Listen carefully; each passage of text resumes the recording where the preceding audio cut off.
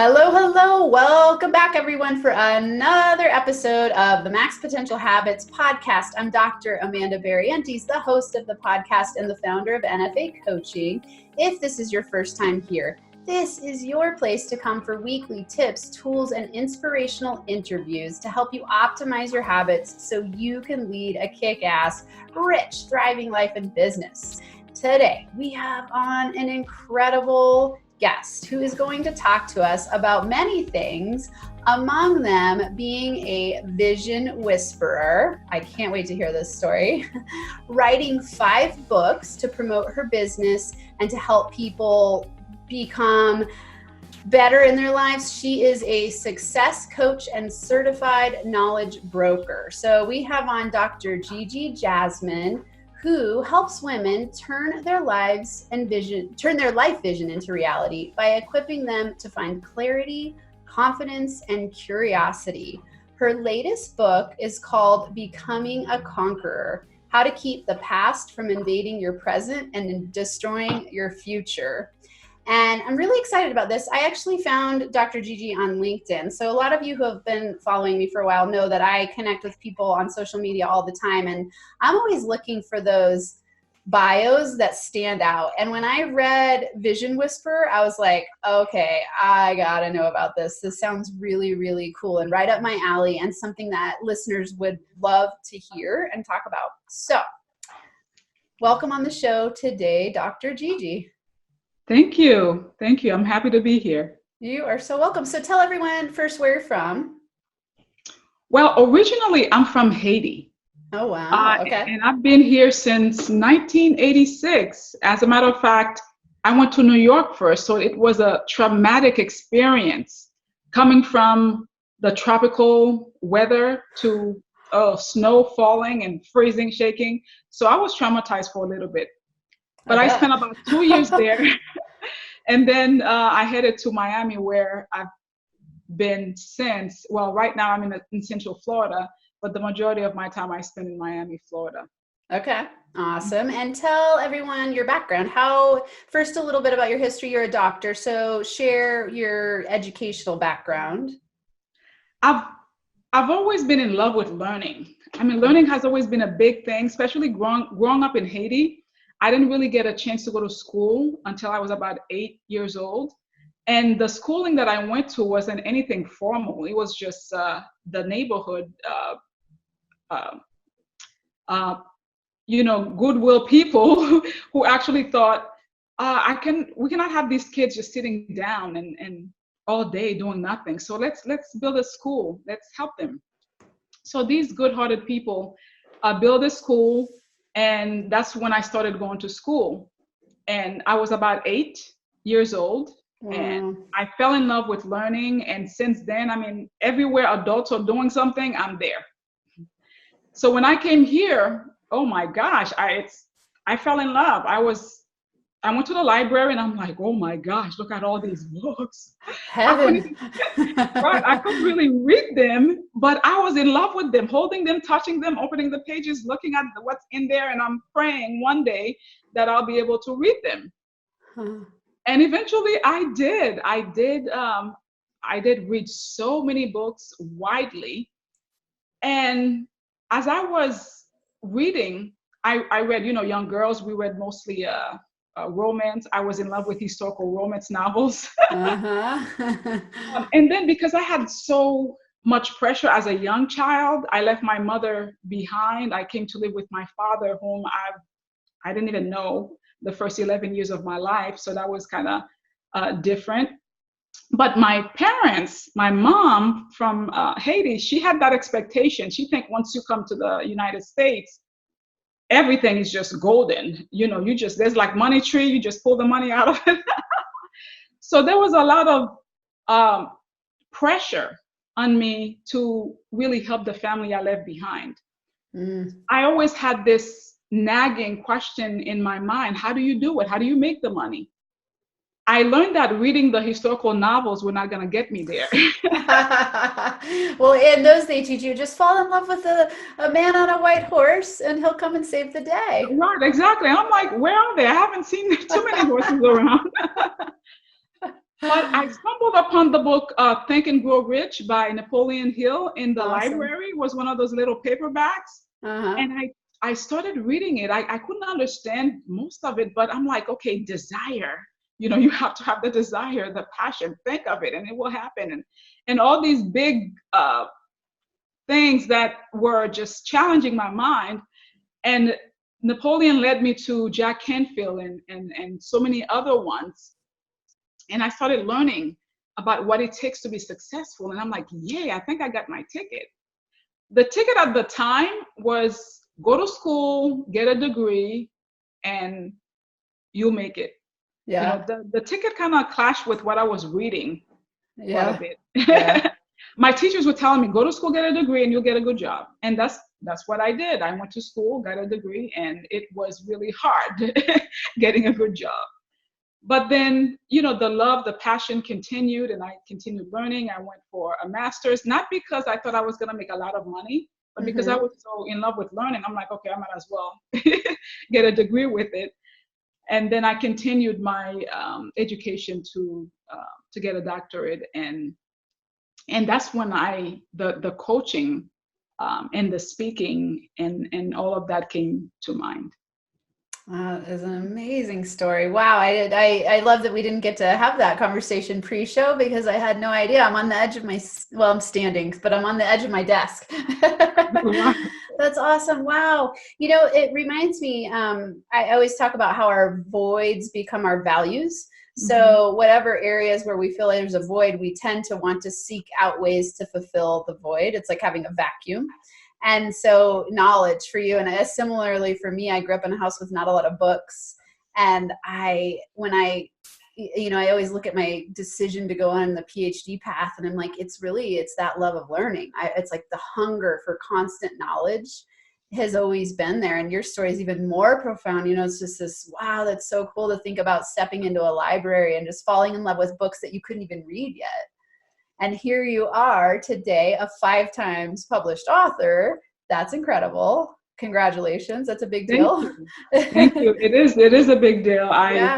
It's mind-boggling. I can't really put it together. It's like coming from, you should have seen where I was from, where I'm from. Yeah. It's a very challenging place.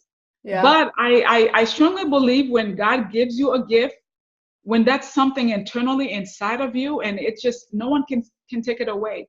And I believe my gift is just that love of learning everything. Awesome. And sharing it, really, right? Like sharing what you're learning with other people. Yeah, and sharing, well, that's really the beauty of learning, right? What's learning without, sharing it with other people. So I can do that all day. That's amazing. You found your genius juice path. Yes, absolutely. That's great. So tell us a little bit, what is some big challenges been along the way for you? And let's think specifically about, first I want to think your first book. How did you decide to write a book? Because I fell in love with books, I love reading them. I always imagine my name on one. Okay, nice. Yeah. I always imagine my name on one. And I thought once I write a book, oh my gosh, I'm going to be famous. I'm going to be rich. Everybody's going to love me. And it was one of those childish dreams that I had that really, turn into reality. Like I said, I really envisioned it and then make it happen. But it's just this whole passion about helping people. I think it was back in 2000, I want to say 2001, where I really started getting into the speaking, coaching, business. I was getting introduced to it. I joined NSA, the National Speakers Association, and I started getting a lot of practice there. That's when I started falling in love with really how I can help people fast, because that's one of my thing was, why does change have to take forever? Does it really have to take forever? Yeah. So I was really consumed with finding ways to help people get results fast. That's great. And that's where all of that, the passion to learn and really condense information and make it consumable for people. And, writing a book is always a good way to get that in that format. Yeah. It's such a powerful skill to know how to write a book. And also I think it takes a great deal of organization and long-term thinking. What were some of the challenges for you in writing, or what have it, let's say in all 5 books, what are some of the challenges in writing a book that you find? Well, the challenges are always getting started.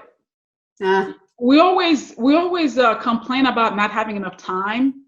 mm-hmm. When we get tired with saying we don't have enough time, we say, well, I'm not a good writer. Uh-huh. And then I guess maybe the imposter syndrome will kick in. It's like, do I really have anything worthwhile to say? Why would people? That whole mindset, you have to train yourself, because you will start picking at your weaknesses, thinking that you don't have anything to offer. How can you ever do this? You're not a good writer. I think the biggest thing for me was really sticking to a schedule. I mean, I knew what I needed to write. I knew the message I wanted to send out. But what was difficult because of my family structure and everything that's going on is keeping up with a writing schedule. Mm-hmm. Once you have a deadline when you want that book to be out, there are different steps that you have to take along the way. As you're writing it, you're promoting it, you're marketing it, you're doing all these steps. So you really have to create a very clear, realistic schedule and keep up with it. Because if you don't, you're gonna feel defeated when 2 weeks pass and nothing is done, and a month pass, nothing is done. You're like, oh my gosh, well, I knew it. I knew I wasn't gonna get it done. Yeah. So prepare yourself along the way by doing that, and then you can kind of celebrate and check off your steps as you go along. And then another challenge is really cleaning up the work. We have to be willing to reach out to other people, other experts, like an editor, somebody who can help you clean out your work and make it presentable. Sometimes we try to do everything ourselves, and it's really defeating because you're not an expert in everything. So stick to what you know best, which is maybe your knowledge base. If you're writing a book, then you know everything there is to know about the topic. Stick to that, put it down. And then there are other people out there who can help you clean it up and fix it in the right format to market it and make it consumable to others.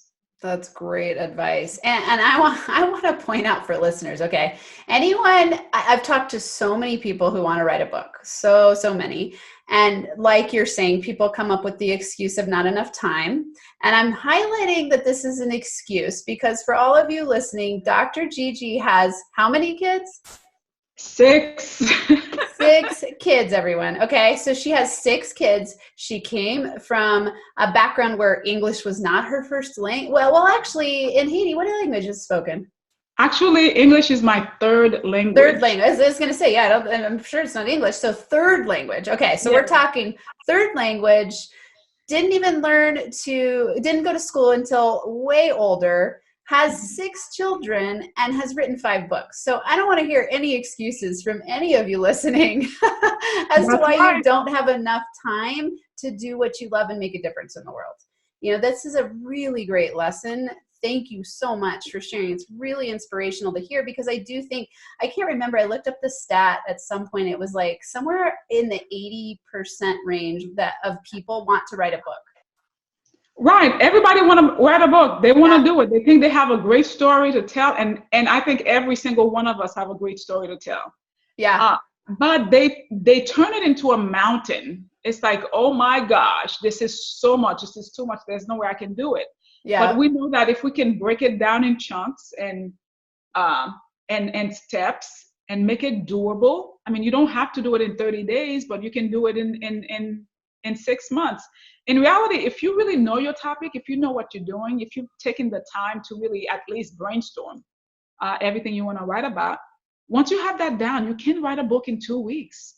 Yeah, I've heard this. Yeah. Right. You have the information. It's just a matter of structuring it in a logical manner. And then after that, we can worry about the editing and the revision later. Yeah, I love that advice. My daughter does, for a lot of years, she's done NaNoWriMo, which is, do you know that it's national, it stands for national, no, it's something writing month. Right. I know exactly what you're talking about. Yeah, they really challenge themselves in that Yeah. competition to write a book in 30 days. Yeah, and she's done it several years, and she has several self-published books. And I love what you're saying about that, the habit of having a schedule. Right. So life-changing in every way for any project you're talking about. My last guest interview was with someone who implements a 12-week year. So breaking things down into 12-week process and program and practice and structure. So like you're talking about, you're implementing exactly that. I've heard people say, and I've written, I wrote my dissertation, which is the size of a book, and I have things drafted and in the works. And one thing I notice is that once you get really clear, and I've heard people say this who are prolific writers and, publish hundreds of books, they say, well, I don't know, hundreds, a lot of books. They say that when you have the outline, then the rest flows easily. Would you agree and say that that's true? Yes, I would agree. I mean, if once you have an outline, what a method that I use is I just kind of do a brain dump. Mm-hmm. Just do a brain dump. Just take 30 minutes or an hour. Just write. Whatever comes to your mind about your topic, just write. I mean, don't care about spelling, structure, whatever. Just write everything down you can think of until you can't think of anything at all about your topic. And then the hard work is let's categorize those topics. Let's see where it fits best. Once you categorize your topics, and then now you can create chapters. And then all your topics, you form subtopics for them. And then basically after you've done all of that, is just filling in the blank. And after that, if you have to do a little research to get quotes or to get a story or to get something like that, we can easily put that in there. Just filling in the skeleton. That's really all you have to do is get whatever's in your brain, in your mind about your topic, get it down on paper, organize it in a logical manner, create your chapters, sub-chapters, and then get to writing.